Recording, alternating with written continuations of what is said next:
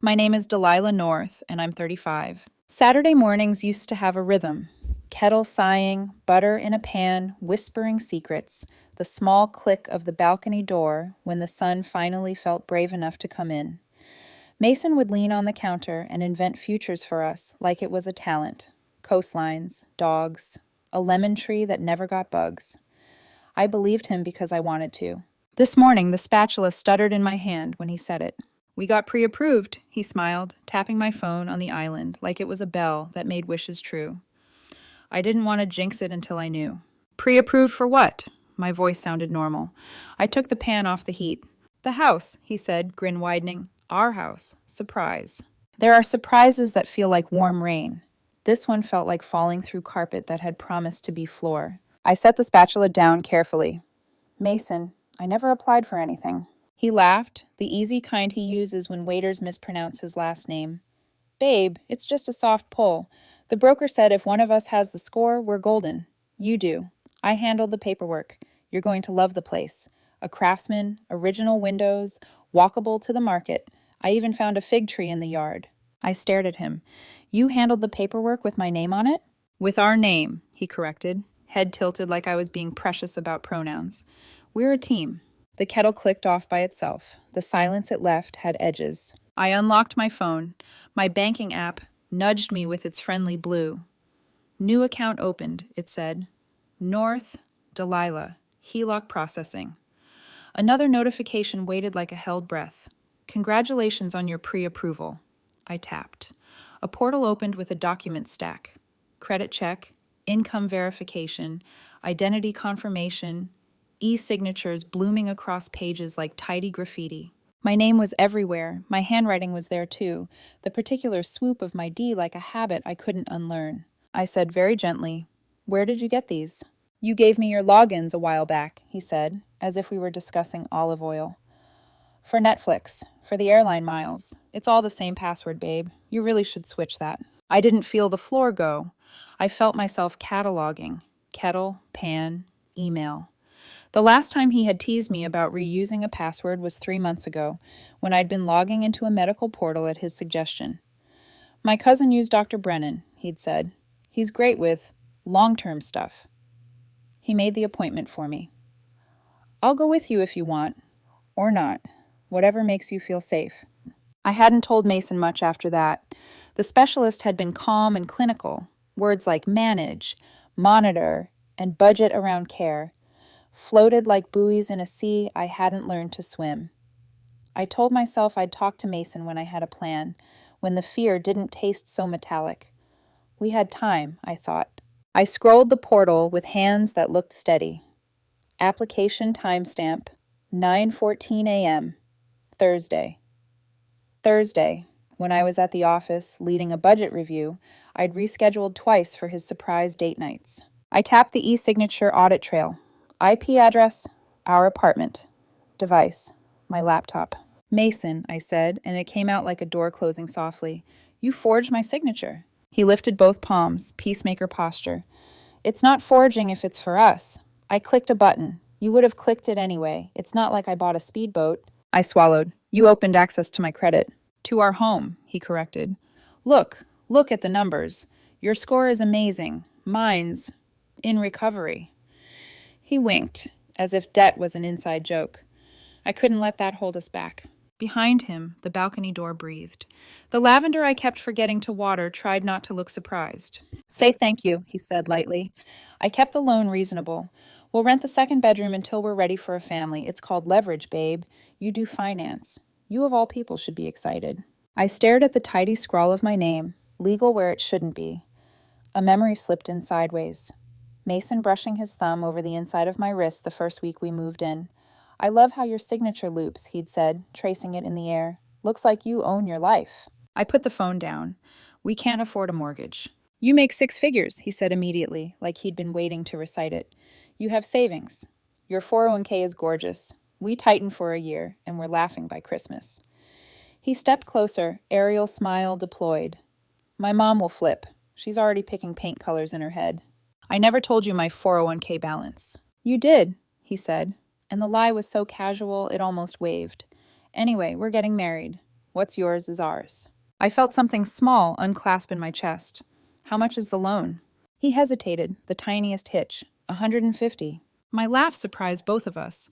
$150,000? On my name? On our future, he said, sharper now. You're overreacting. I leaned on the counter because I didn't trust the way the room had tilted. Open your phone. This is ridiculous. Open your phone, Mason. He did it with performative patience, like a teacher proving long division. I watched his hands.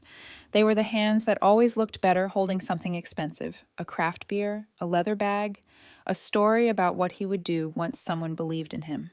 Email, I said, search pre-approval. He toggled, the inbox filled with congratulations that did not belong to him. Broker, lender, realtor who had an opening today at 3. In one thread, a selfie of a craftsman with crooked charm. He'd circled a window and typed, "Where our fig tree will watch the sunset." I felt the first clean edge of anger then, not the kind that wants to smash, the kind that wants to separate. You didn't ask me. I'm asking you now. He softened his voice. Delilah, I know you. You get scared, and you spreadsheet the fear until it looks like a reason. I'm trying to give us a life. The pan on the stove had gone from whisper to bitter. I turned off the burner and slid the ruined eggs into the sink. I have a medical thing, I said, choosing the smallest words possible. I need to plan. You'll be fine, he said too quickly. It's not like you have cancer. I went very still. I never told you what it was. He blinked once. You didn't have to. I picked up my phone again. The audit trail looked back at me like a mirror held at an unkind angle. Device, MacBook, North Delilah. Location, home. Signature, North D. Metadata doesn't care about romance. It will tell you the truth whether you invite it to or not. I opened the PDF and zoomed in until my name filled the screen. The D looped exactly where my muscle memory told it to. The forger had practiced. The forger had watched me sign birthday cards and grocery receipts and "we received your payment slips" and learned my wrists like a language. The forger shared my bed. Mason, I said, and my voice stopped shaking. You use my passwords. He shrugged. You shouldn't reuse them. And you signed for a debt in my name. For our love, he said, smiling like a magician unveiling a dove. Trust me. The kettle clicked again, though no one had touched it. It sounded like a clock admitting time had passed without permission. The first time he said, trust me, it felt like a promise. Now it sounded like a locksmith working from the inside. I took a photo of the screen, then another of his inbox. Evidence, not memory. I'm going to my office, I said. I need to make a call. Who? He asked, trying to make it playful. Your lawyer? I held his gaze. My bank. He laughed, too loud. Delilah, don't be dramatic. You'll embarrass yourself. I'm done being embarrassed, I said, and left the kitchen that still smelled like something we'd burned on purpose. In the quiet of my small office, I shut the door and exhaled. The window showed the street like a stage I had been watching instead of living on. I opened my laptop, the real one, the one I hadn't left open on the couch. I changed every password, turned on two-factor, like I was locking windows I hadn't known were open. When the bank answered, I kept my voice calm as I reported a fraud I never thought would have my first and last name. On my desk, a pen lay uncapped over a blank page. I dragged it down and tried to write my name. My hand hesitated, as if it didn't trust me either. I didn't sleep that night. I just kept hearing the click of the kettle, the echo of his voice. Trust me, looping like a bad jingle in a quiet room. By morning, the air smelled different. It wasn't home anymore. It was evidence. Mason came out of his bedroom, wearing the confidence of someone who's never truly been held accountable. You're still upset, he said, like it was a character flaw. I get it. You don't like surprises. I poured coffee and said nothing. He leaned against the counter, smiling as if charm could glue things back together. Delilah, come on. The broker's expecting us this afternoon. You'll love the place. Hardwood floors, south-facing windows. I picked it for you. You forged my name, Mason. He sighed, slow and patient. You're acting like I robbed a bank. You robbed me. That got a reaction. A flicker, then something sharper. I didn't rob you. I'm investing in us. You can't live your life afraid of every signature. I almost laughed. You mean my signature? He rolled his eyes. You always have to make everything sound like a crime. I wanted to scream, but I didn't. Instead, I looked him straight in the eye and said quietly, It is a crime. He froze. Not long, but long enough.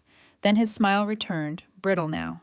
You'd really call the police? Over me? I already called the bank. That landed. His face shifted, calculating. You what? They're investigating the application. I sent the metadata, the IP trail, the forged signature. They'll confirm by end of week. The silence was thick enough to taste. Finally, he muttered, You're unbelievable. Then he grabbed his jacket and left, slamming the door hard enough to rattle my coffee mug. The first call came that afternoon. Vincent, his brother. You need to calm down, Vincent said, skipping hello. Mason told me what happened. He made a mistake, okay? He's under pressure. You know how much he wants to build a life with you. He forged my financial records. He was trying to do something for you, Vincent snapped. You think you're the only one with stress? He's been worried about your health stuff, about providing stability. My pulse went cold. He told you about my health? Yeah, he said you've got something chronic. He didn't go into details, but he's been scared. Maybe that's why he rushed things. He shouldn't have known. No one should have known. Mason was the only person with that access. Vincent, I said slowly, don't call me again. He started to protest, but I hung up. At 7 a.m. the next day, someone pounded on my door. The sound was sharp, insistent. The kind of knock that pretends to be urgent when it's just entitled. When I opened it, Diane Hale stood there in a pink cardigan and fury. Mason's mother. Delilah, she said, brushing past me as if invited. We need to talk about this nonsense. I blocked the entry. Now's not a good time. She crossed her arms. You humiliated my son, accusing him of fraud? Do you know what you're doing to his reputation? Do you know what he did to mine? She sniffed. He said you're making this up because you're scared of commitment. Typical. My chest tightened. He committed identity theft. Big words don't make you right, sweetheart. I know what's really going on. You've been keeping secrets. He told me about your medical problems. Maybe that's why you're acting out. The word problems landed like a slap. I stared at her until she looked away. Tell your son, I said, that the next person who shows up here uninvited will be speaking to my lawyer. She scoffed. You wouldn't dare. I smiled, just barely. Watch me. When I closed the door, my hands were shaking. Not from fear, from clarity. 2 hours later, my phone buzzed. A message from Garrett, my coworker. Hey, weird question. Doesn't Mason drive that black Audi with the dented fender? Yeah, why? Seen it at the Marriott downtown a few times. Lunch hour. Same days he says he's got meetings. Not judging, just thought you should know. My stomach sank. You're sure? He sent a photo. The timestamp read 12:47 p.m., Thursday. Mason's car was parked beside another. A sleek silver sedan I recognized from company events. Tessa Rose. His work friend, his collaborator, his helpful coworker. I scrolled up to our old messages. 3 Thursdays ago. Can't text. Back-to-back meetings till 3. Same day, same timestamp. By evening, my apartment felt smaller than ever. Every object seemed to whisper his fingerprints. The mug he borrowed from my office, the framed photo his mother gave us, the lavender plant he never watered. I sat at my desk and opened a blank document titled Timeline of Events. My therapist once told me that writing things down makes the truth harder to gaslight. I listed everything. The mortgage, the forged signature, the medical portal, Vincent's call, Diane's visit, the hotel photo. At the bottom I typed, pattern. Mason uses access as intimacy. I stared at it until it stopped feeling like an exaggeration. The next night, Mason texted, Mason, we need to talk like adults. Me. About what? Mason. You're making a scene. My mom's upset. I'm trying to fix this. No apology, just maintenance. Then another. Mason, I'm bringing Tessa. She can help mediate. I actually laughed out loud. The man who forged my name wanted a witness. Fine, I typed back. Come by tomorrow, noon. Then I opened my camera app and angled it toward the doorway. If he wanted mediation, he'd get documentation. The next day, noon sharp, the intercom buzzed. I checked the video feed. There he was. Clean shirt, forced smile. Beside him, Tessa, eyes darting everywhere but the camera. I pressed the button. Can I help you? Delilah, he said, tone rehearsed.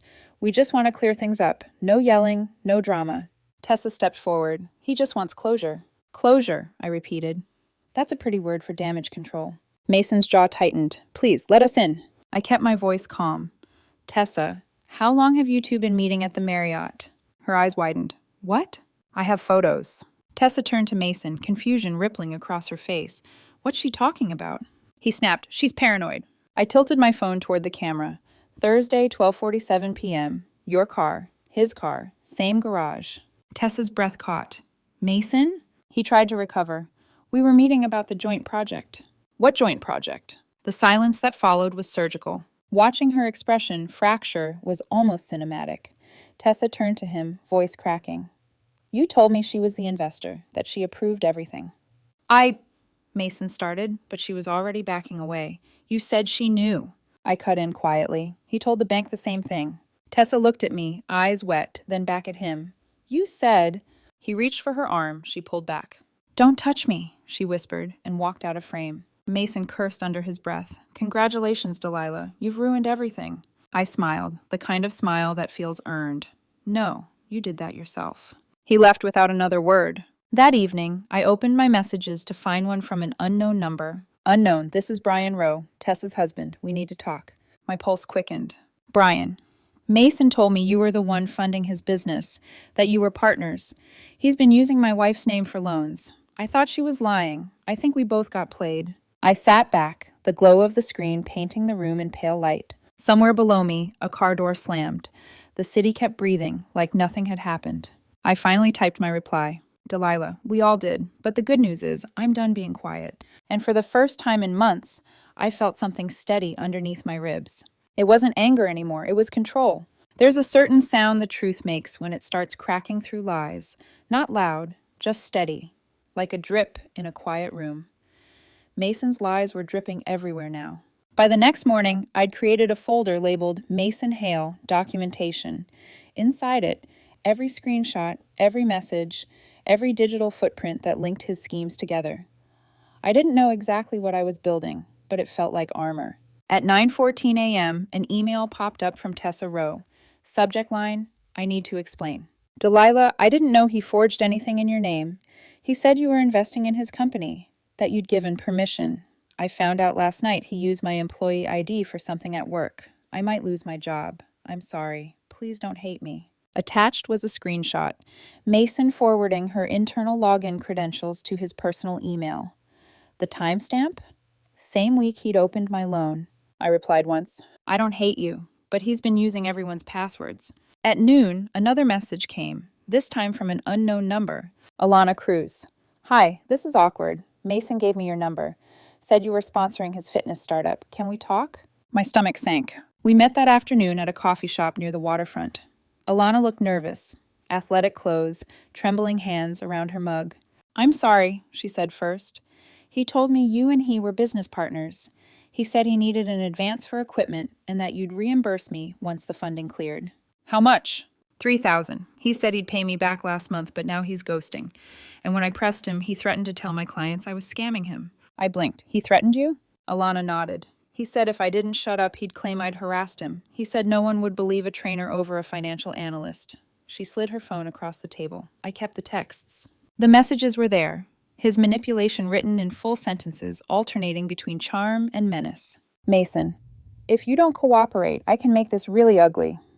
Mason, I know people. You don't want HR hearing your name. Mason, you owe me loyalty after everything I've done for you. I handed her phone back. You did the right thing keeping this. She exhaled. Is it true? He used your info for a loan? Yes, I said, voice flat, and he's about to find out what happens when you weaponize trust.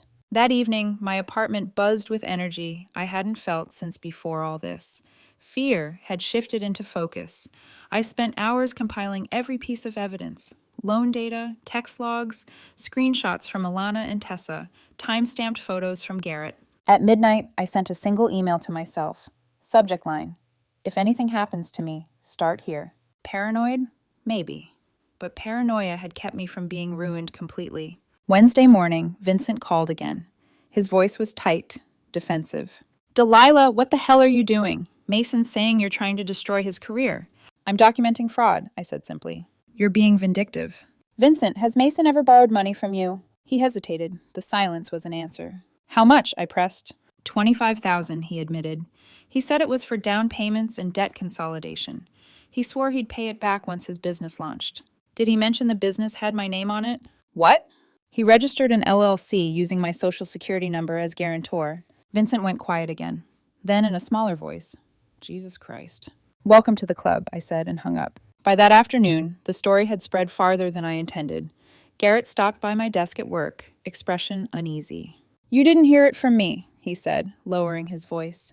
But Mason's been emailing people here, claiming you're unstable, that you're smearing him because you're sick. Sick? Yeah, he said you have a condition affecting your judgment. A chill ran through me. He's using my medical information now? Garrett frowned. You never told anyone? I shook my head. No one but him. He exhaled. Then he's violating HIPAA or something. You should file a complaint. I smiled faintly. I'm already 3 steps ahead.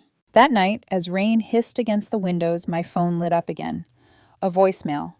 Mason's voice, smooth and venomous. You think you can turn everyone against me? You're not the victim here, Delilah. You're ungrateful. I've covered for you more times than you'll ever know. Stop pretending to be innocent. You're not. You're nothing without me. He hung up before I could answer. I sat there for a long time, listening to the replay.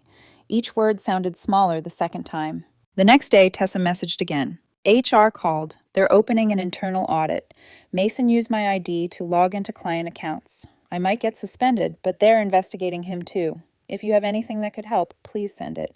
I sent her the folder, every screenshot, every timestamp. No commentary, no blame, just facts. Within an hour, she replied, "Thank you, I think I just saved my job," and ended his. Friday morning, the final card fell. An email from Alana. It's over. HR got my statement, plus Tessa's. They're firing Mason today. Also, I heard something you should know. He bragged to one of his gym clients that he had your medical passwords, that he could see things about you you'd never tell anyone. Said it made him feel powerful. I stared at that line until the words blurred. He'd known all along. He'd logged into my patient portal the week before I found my diagnosis.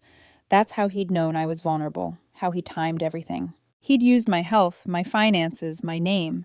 He hadn't just stolen passwords, he'd stolen agency. I closed my laptop and walked to the window. The city lights looked different tonight. Not hostile, just honest. I whispered, mostly to myself, he doesn't get to define me. Then I opened a new document.